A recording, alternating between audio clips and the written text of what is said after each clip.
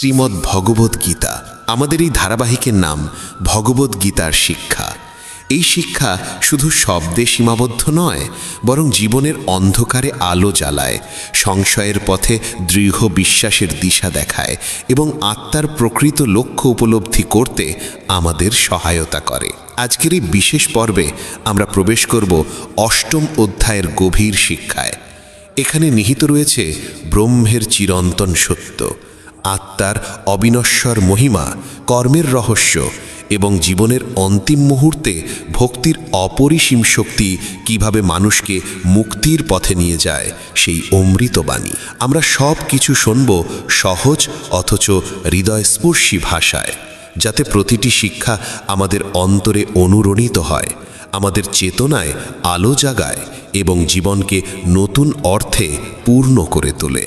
বন্ধুগণ, মৃত্যুতে ভয় পায় সেই মানুষ যে পরমপিতা পরমেশ্বরের চিরন্তন সত্যকে চেনে না, কিন্তু সত্যিকারের ভক্তের কাছে জন্ম ও মৃত্যু সমান হয়ে যায়। শ্রীমদ্ ভগবদ্ গীতার সপ্তম অধ্যায়ে আমরা জেনেছি কিভাবে ঈশ্বর এই বিশ্বচক্র পরিচালনা করেন, কোন ভক্তদের তিনি সর্বাধিক প্রিয় মনে করেন, মানুষ কেন তাকে সহজে জানতে পারে না এবং তাকে উপলব্ধি করার প্রকৃত উপায় কী।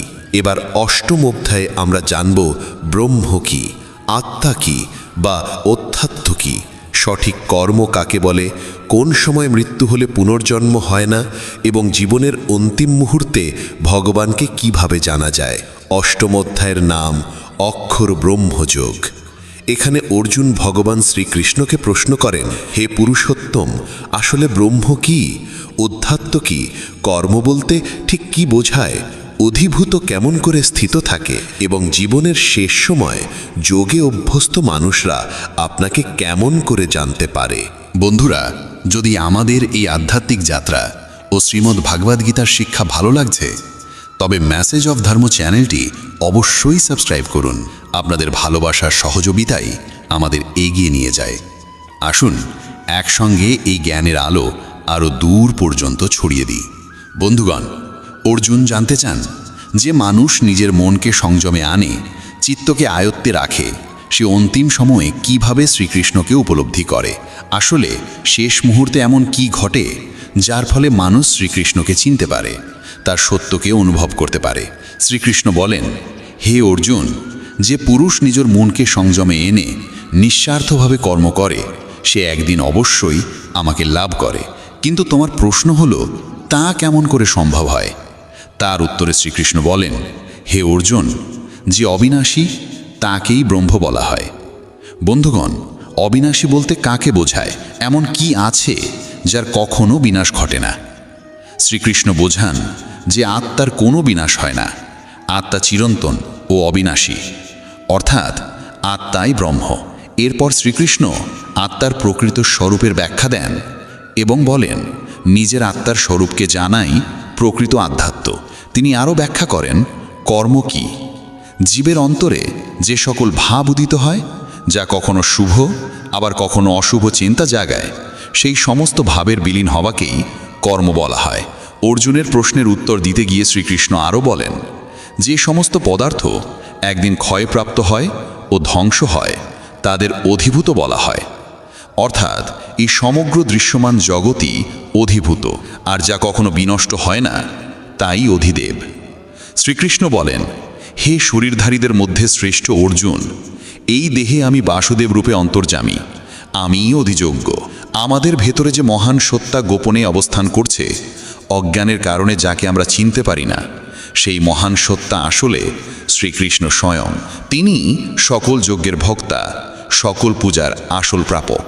অর্জুন জিজ্ঞেস করেছিলেন, মৃত্যুকালে যদি কেউ আপনাকে স্মরণ করে, তখন তিনি আপনাকে কিভাবে উপলব্ধি করেন?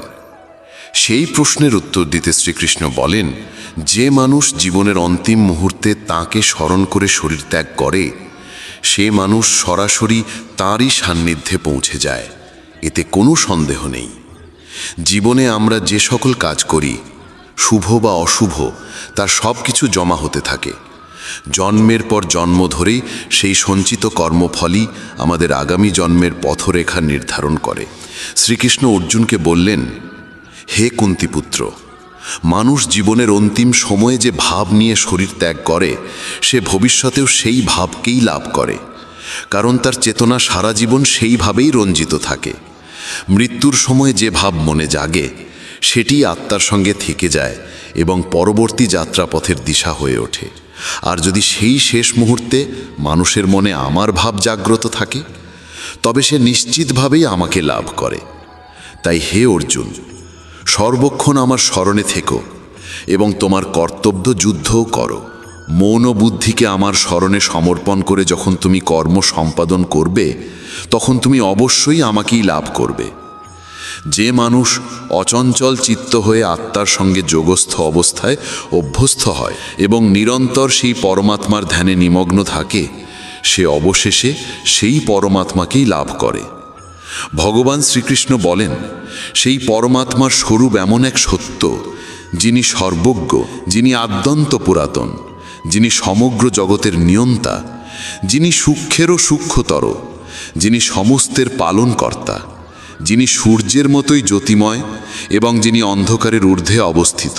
মানুষকে সেই পরমাত্মার স্বরূপের স্মরণেই থাকতে হবে। এখানে ভগবান শ্রীকৃষ্ণ কেবল পরমাত্মার গুণাবলী প্রকাশ করছেন না, পাশাপাশি এও জানাচ্ছেন যে সাধক ও যোগী কেমনভাবে কর্মে নিযুক্ত থেকেও অন্তরে সেই পরমাত্মাকে নিরন্তর স্মরণ করে। বন্ধুরা, যদি এখন পর্যন্ত এই আলোচনা আপনাদের হৃদয়ে ছুঁয়ে যায়, তবে দেরি না করে মেসেজ অব ধর্ম চ্যানেলটি সাবস্ক্রাইব করে নিন। আপনাদের প্রতিটি সাবস্ক্রিপশন আমাদের জন্য আশীর্বাদের মতো, যা আমাদের উৎসাহ দেয় আরও বেশি করে গীতার অমূল্য শিক্ষা আপনাদের কাছে পৌঁছে দিতে। শ্রীকৃষ্ণ অর্জুনকে বলেন, হে কুন্তিপুত্র, যে মানুষ মৃত্যুকালে অবিচল মন নিয়ে ভক্তিতে নিমগ্ন থাকে এবং যোগ শক্তির দ্বারা প্রাণশক্তিকে দুই ভ্রু মধ্যস্থানে স্থির করে, সে নিশ্চিতভাবেই সেই পরমাত্মার পরম ধামে গমন করে। বন্ধুগণ, এখানে শ্রীকৃষ্ণ আমাদের শেখাচ্ছেন যে জীবনের অন্তিম মুহূর্তে যদি আমরা সেই পরমাত্মার স্মরণে অবিচল থাকি, তবে আমরা তাঁকেই লাভ করতে পারি, তাঁর চিরন্তন আশ্রয়ে পৌঁছতে পারি। এরপর শ্রীকৃষ্ণ অর্জুনকে বলেন, হে অর্জুন, এখন আমি তোমাকে জানাবো যে সন্ন্যাস যোগ ও ভক্তিযোগের মাধ্যমে কিভাবে সেই পরমাত্মাকে লাভ করা যায়, যাকে বেদজ্ঞ ঋষি মুনি অবিনাশী বলে আখ্যা দেন, যার মধ্যে প্রবেশ করে মহান সন্ন্যাসীরা চিরশান্তি পান, আর যার সেই পরম পদ লাভের আকাঙ্ক্ষায় বহু মানুষ ব্রহ্মচর্য ব্রত পালন করে থাকে। এখন আমি তোমাকে সেই পথ সংক্ষেপে বুঝিয়ে বলছি।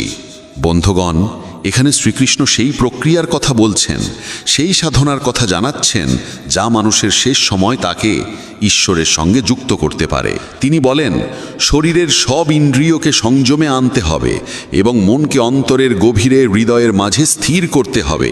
এইভাবে নিয়ন্ত্রিত মন দিয়ে প্রাণ শক্তিকে মস্তকের মধ্যভাগে স্থাপন করতে হবে। যোগ ধারণায় ঈশ্বর শ্রণে অবিচল থেকে যে ব্যক্তি ওং অক্ষর ব্রহ্ম উচ্চারণ করতে করতে নিরাকার নির্গুণ ব্রহ্মের ধ্যানে লীন হয়ে শরীর ত্যাগ করে, সেই মানুষই পরম গতি লাভ করে, অর্থাৎ সে আমারই পরম ধামে পৌঁছে যায়। ভগবান আরও বলেন, হে পৃথাপুত্র অর্জুন, যে মানুষ আমার অতিরিক্ত অন্য কারো চিন্তা মনে স্থান দেয় না, যে সর্বদা নিয়মিতভাবে শুধু আমাকেই স্মরণ করে, সেই ভক্তের জন্য আমি সহজলভ্য হয়ে উঠি। আর আমাকে লাভ করার পর সেই ভক্ত আর এই দুঃখময় ক্ষণস্থায়ী মায়াময় জগতে পুনর্জন্ম লাভ করে না, বরং সে মহাত্মা পরম সিদ্ধি লাভ করে আমারই ধামে পৌঁছে যায়। হে কুন্তিপুত্র, এই ব্রহ্মাণ্ডের সমস্ত লোক, হোক সেটা অধলোক বা ব্রহ্মলোক পর্যন্ত, সবখানেই জীব জন্ম মৃত্যুর অধীন। কিন্তু যে মানুষ আমাকে লাভ করে, সে আর কখনো জন্ম মৃত্যুর এই চক্রে ফিরে আসে না। বন্ধুগণ, যে শ্রীকৃষ্ণকে লাভ করে, সে পুনর্জন্মের পথ থেকে মুক্তি পায় এবং জীবন মৃত্যুর এই অন্তহীন আবর্ত থেকে চিরতরে মুক্ত হয়ে যায়। বন্ধুগণ, দিন বদলায়, ঋতু বদলায়, সময়ও বদলায়, কাল আসে আবার চলে যায়, আর এভাবেই সৃষ্টি বিনাশের চক্র চলতে থাকে। কিন্তু যে ভগবানকে লাভ করে, তার আর এই পরিবর্তনের চক্রে ফেরার প্রয়োজন থাকে না, সে পৌঁছে যায় চিরন্তন শান্তির ধামে। শ্রীকৃষ্ণ বলেন, যে বন্ধনে আমরা সকলে আবদ্ধ, সেটি মায়া অর্থাৎ অস্থায়ী মিথ্যা। আর যে জ্ঞান অর্জন করতে হবে, সেটি প্রকৃত সত্য। তিনি অর্জুনকে বোঝান, ব্রহ্মার একদিনের আয়ু 1,000 চতুর্যুগের সমান, আর তার এক রাত্রিও সমান দীর্ঘ 1,000 চতুর্যুগের সমান। বন্ধুগণ, আমাদের জগৎ আর ব্রহ্মার জগতের সময়ের হিসেব একেবারেই ভিন্ন। সেই বিশাল সময় চক্রকেই কাল বলা হয়। যে সাধক এই সত্যকে হৃদয়ে উপলব্ধি করে তিনিই প্রকৃত যোগী। শ্রীকৃষ্ণ বলেন, ব্রহ্মার একদিনের অর্থই হল 1,000 যুগ। শ্রীকৃষ্ণ বলেন, ব্রহ্মার দিবাভাগে সমস্ত জীব অব্যক্ত থেকে প্রকাশিত হয় এবং তার রাত্রি আরম্ভ হলে সব আবার অব্যক্তে লীন হয়ে যায়। সেই অব্যক্তকেই ব্রহ্ম বলা হয়। অর্থাৎ সমস্ত জীবের উৎপত্তি ব্রহ্ম থেকে এবং শেষে আবার ব্রহ্মেই তাদের বিলয় ঘটে। এই জন্যই শ্রীকৃষ্ণ অর্জুনকে বলেন, হে পৃথাপুত্র, এই সমস্ত জীব সমষ্টি বারবার জন্মগ্রহণ করে ও বিলীন হয়। ব্রহ্মার রাত্রি নামলে সব লীন হয়, আর দিন হলে আবার প্রকাশিত হয়। কিন্তু হে অর্জুন, এই অভ্যক্ত ব্রহ্ম ছাড়াও এক শাশ্বত পরমাব্যক্ত পরব্রহ্ম আছেন, যিনি সমস্ত জীবের বিনাশকালেও কখনো নষ্ট হন না। আমরা যখন জন্মলাভ করি তখন আমাদের অন্তরে সেই চিরন্তন অব্যক্ত সত্তা বর্তমান থাকে। সেই প্রসঙ্গে শ্রীকৃষ্ণ বলেন, যে অব্যক্তকে অক্ষর নামে অভিহিত করা হয়েছে সেটিই হলো পরম গতি। হে অর্জুন, এই অক্ষর পরম সত্তাকে যে একবার লাভ করে সে আর ফিরে আসে না, কারণ সেটিই আমার পরম ধাম। বন্ধুগণ, আমাদের অন্তরে যে গোপন সত্তা বিদ্যমান তাকেই চিনতে হয়। যোগ সাধনা, ধ্যান আর নিঃস্বার্থ কর্ম এসবই মূলত সেই অন্তর্নিহিত সত্তাকে উপলব্ধি করার উপায়। সহজভাবে বলতে গেলে নিজের অন্তরে লুকিয়ে থাকা শ্রীকৃষ্ণকেই চিনতে হবে। এই বিশ্ব, এই সকল জীবজন্তু, জড় বা চেতনা সবই সেই পরমাত্মার থেকেই উদ্ভূত। যা কিছু দৃশ্যমান সবই তার প্রতিফলন। আর এমন পরমাত্মাকে লাভ করার একমাত্র পথ হল অনন্য ভক্তি। অনন্য ভক্তি মানে হলো এমন ভক্তি যেখানে হৃদয়ে, চিত্ত আর বিশ্বাসে অন্য কারো স্থান থাকে না, শুধু ভগবানই থাকেন। শ্রীকৃষ্ণ বলেন, যাদের ভক্তি নিরন্তর, অকৃত্রিম এবং অচঞ্চল, তারাই তাকে লাভ করতে পারে। যে ব্যক্তি এ জীবনে প্রকৃত জ্ঞান অর্জন করে নিজের অন্তরে সেই পরমাত্মাকে চিনতে পারে, তার আর পুনর্জন্ম হয় না।